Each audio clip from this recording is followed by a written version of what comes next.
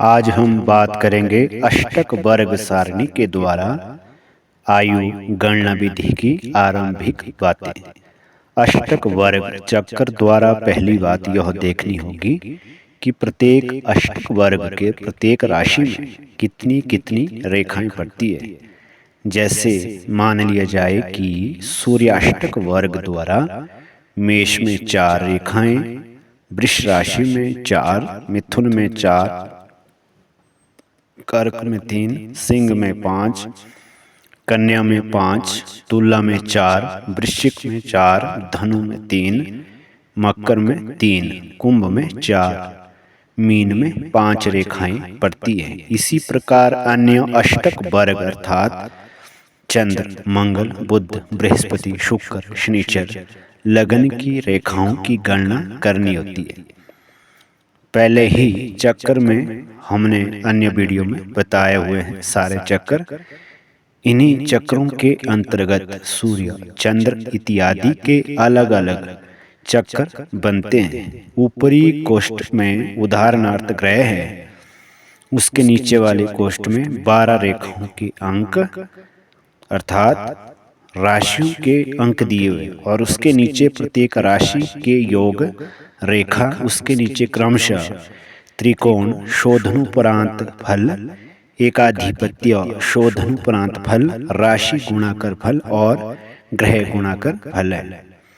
आयु गणना के प्रकार। आयु बताने के 2 मुख्य भेद हैं। एक भिन्नाष्टक वर्ग आयु द्वारा, दूसरा समुदाय अष्टक वर्ग आयु। भिन्नाष्टक वर्ग आयु से कहते हैं जो भिन्न भिन्न अष्टक वर्गों के द्वारा भिन्न भिन्न ग्रहों एवं लगन द्वारा आयु साधन करके उसका जोड़ होता है।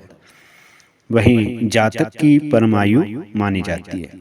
भिन्न भिन्न अष्टक वर्ग के मेष, वृष, मिथुन इत्यादि में जितनी रेखाएं हैं अर्थात 12 राशि में भिन्न भिन्न अष्टक वर्ग द्वारा जो रेखाएं आती हैं उसके प्रत्येक राशि की रेखाओं के जोड़ का त्रिकोण शोधन, एकाधिपत्य शोधन, राशि गुणक, ग्रह गुणक क्रियाओं के उपरांत जो आयु साधन किया जाता है उसी को जो है समुदाय अष्टक वर्ग आयु कहते हैं। भिन्नाष्टक और समुदाय अष्टक वर्ग आयु लागू होने के नियम। पूर्व इसके दोनों प्रकार से आयु शोधन विधि हमने वीडियो में बता दी है। इस स्थान पर यह आवश्यक है जन्म कुंडली के ग्रहों की कैसी स्थिति पर किस प्रकार की आयु शोधन विधि लागू होगी। ग्रहों की स्थिति यदि इन नियमों पर पाई जाती है तो वैसे स्थान पर भिन्न अष्टक वर्ग आयु गणना के लागू होंगे। नंबर 1, यदि कोई ग्रह शत्रु नवांश में हो। नंबर 2, यदि बुध बली होकर के लगन में बैठा हो।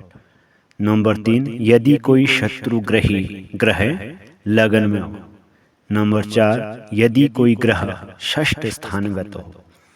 नंबर 5, यदि कुंडली में मंगल बली हो। नंबर 6, यदि जन्म कुंडली में वापी, पाश, शर, पद्म अथवा समुद्र योग पाए जाते हों और गुरु ग्रह बली हो।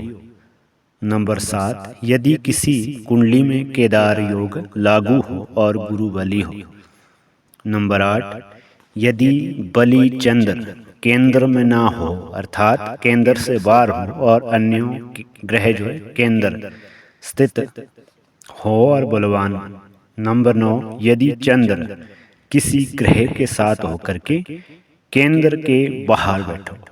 नंबर 10, यदि दशम स्थान में शुभ ग्रह और पाप ग्रह दोनों आपस में वहां बैठे हो तो भिन्न अष्टक वर्ग आयु के नियम लागू होते हैं। यदि योगों में कोई भी योग पाए जाए तो वैसे स्थान में समुदाय अष्टक वर्ग आयु के गणना के नियम लागू होंगे। जैसे यदि कोई ग्रह नीच नवांश में हो।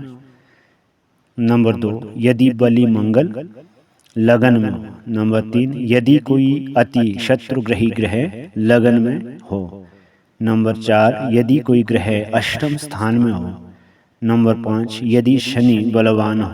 नंबर 6, यदि कुंडली में शूल योग पाया जाता हो और शुक्र बली हो।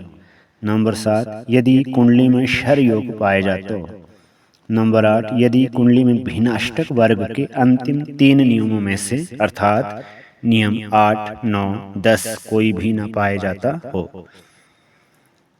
कल हम बात करेंगे भिन्नाष्टक वर्ग आयु विधि के बारे में। तब तक के लिए जय माता दी, हर हर महादेव।